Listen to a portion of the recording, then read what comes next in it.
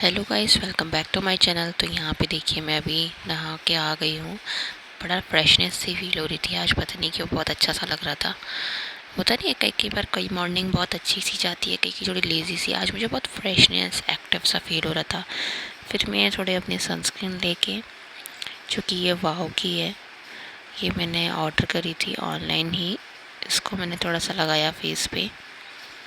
Generally मैं लगाती नहीं हूँ, मैं अपने हर ब्लॉग में यही बताती हूँ, लेकिन फिर भी मुझे लगता है तभी बता दो, कहीं आप लोग को ये ना लगे ना मैं डेली यूज़ करती हूँ। मैं डेली यूज़ नहीं करती हूँ, मैं इसको बस ऐसा प्रेप के उससे यूज़ कर लेती हूँ, वो भी कभी कभी। वैसे जनरली सनस्क्रीन तो बाहर जाने के लिए होती है, लेकिन तब भी मैं अभी यूज़ कर लेती हूँ।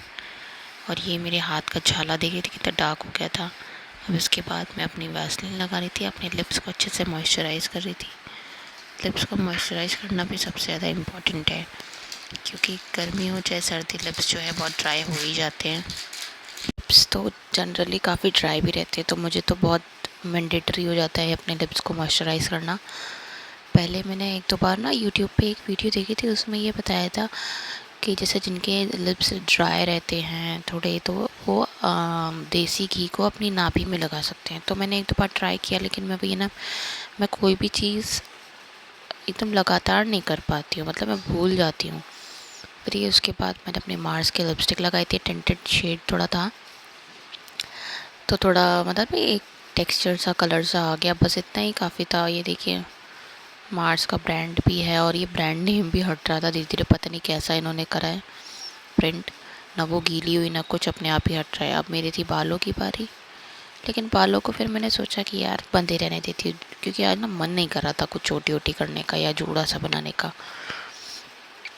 उसके बाद मैंने अपनी बिंदी निकाली, जो क्यूट सी हार्ट शेप में उसकी डिब्बी है छोटी सी। और ये स्ट्रगल बिंदी निकालने का, क्योंकि बिंदी जो है बहुत छोटी छोटी थी, एक दूसरे में चिपकी हुई। एट लास्ट वो निकल गई, फिर उसको लगाया। बिंदी अभी मैं छोटी ही लगाती हूँ, और बहुत ही जो ये कलर है ना, ये मुझे बहुत सुंदर लगता है, क्योंकि फेस पे दिखता है। ये बिंदी कितनी भी छोटी लगाओ फेस पे दिखेगी, तो इसलिए मुझे ये ज़्यादा अच्छी लगती है। उसके बाद मेरा ये सब स्किन केयर वगैरह तो हो ही गया था। फिर मुझे क्या करना था ना, मुझे अपने हाथों पे वो दवाई लगानी थी, जो मैंने बता ही रखा है आपको, हर ब्लॉग में बताती हूँ। तो वो नॉर्मली वो मुझे चाहिए थी, वो रखी हुई थी साइड में, तो उसको मैं लेने गई। फिर मैं ये आके लगा रही थी। काफ़ी आराम मिल रहा है मुझे इस दवाई से। इतना टाइम से मैं परेशान हो गई थी, काफ़ी मेडिसिन मैं यूज़ कर चुकी थी, तो उन मेडिसिन में क्या होता था, जो इचिंग थी वो तो चली जाती, बट डार्कनेस नहीं जाती थी। इसमें दोनों चीज़ें जा रही है, तो ये परफेक्ट कॉम्बिनेशन है ये दवाई का। मुझे तो बहुत सूट कर रही थी, और मैंने तो इसकी फ़ोटो भी क्लिक करके रख लिया कि कभी इन फ्यूचर मुझे फिर से ऐसी एलर्जी टाइप की या कुछ ऐसी इचिंग टाइप की होती है स्किन की, तो मैं उसको यूज़ करूँगी। तो तब से मैं इसको यूज़ ही कर रही हूँ, और अभी यूज़ करती रहूँगी तब तक ठीक नहीं हो जाता बिल्कुल परफेक्टली। तो इसको पूरा अच्छे से पूरे दोनों हाथों पे लगा दिया था। ये 2 टाइम लगानी होती है, लेकिन मैं दूसरा टाइम, मैंने बताया ना जैसे कि मैं भूल जाती हूँ, तो एक ही टाइम ही यूज़ करती हूँ। एक ही टाइम ही यूज़ कर भी पाती हूँ, दोनों टाइम यूज़ करने का टाइम भी नहीं मिलता। और एक तो भूलने की बीमारी जो है ना, सबसे बेकार है, भूल जाती हूँ, तो इसलिए एक ही टाइम ही यूज़ करती हूँ, लेकिन तो उससे भी काफ़ी आराम मिल रहा है। और ये थोड़ा सा ऑयल लेके मैं अपने हाथों में ऊपर ऊपर लगा रही थी। मुझे ना ऑयल से बहुत अच्छा मॉइस्चराइज लगता है, कि मॉइस्चराइज हो जाता है। तो वो देखो, कुछ दिखावा नहीं करना होता, जिसको जिससे परफेक्ट लगे वो उससे यूज़ करिए। मुझे तो इससे लगता है, तो मैं अपना इसी से यूज़ करती हूँ। और ये थोड़ा पैरों में भी अपने। और इधर पता नहीं क्या हो गया, काफ़ी दिन से एक पैर की मेरी जो हील है वो काफ़ी क्रैक हो गई है। इतनी ज़्यादा क्रैक हो गई कि उसकी खाल ऐसे निकालो ना, तो पूरी की पूरी स्किन ऐसे निकल निकल के आती है, निकल निकल के आती है। तो उसका भी कुछ ना कुछ मुझे यूट्यूब से देख के करना पड़ेगा। सोच रही हूँ थोड़ा जो पेडिक्योर टाइप का होता है ना, थोड़ा यूट्यूब से देख के थोड़ा करा जाए, थोड़ा इंटरेस्टिंग भी हो जाएगा। ये मैं थोड़ा सा अपने डबल चिन को देख रही थी, जो कि फ़िलहाल कम हो रही है। तो इसी के साथ मिलते हैं, बाय। और यहाँ पे फिर कुछ देर बाद मैं भगवान का जल चढ़ाने के लिए लाई थी। यहाँ पे एक्चुअली में क्या है ना, मंदिर थोड़ा सा दूर है, तो मंदिर जाना हो नहीं पाता।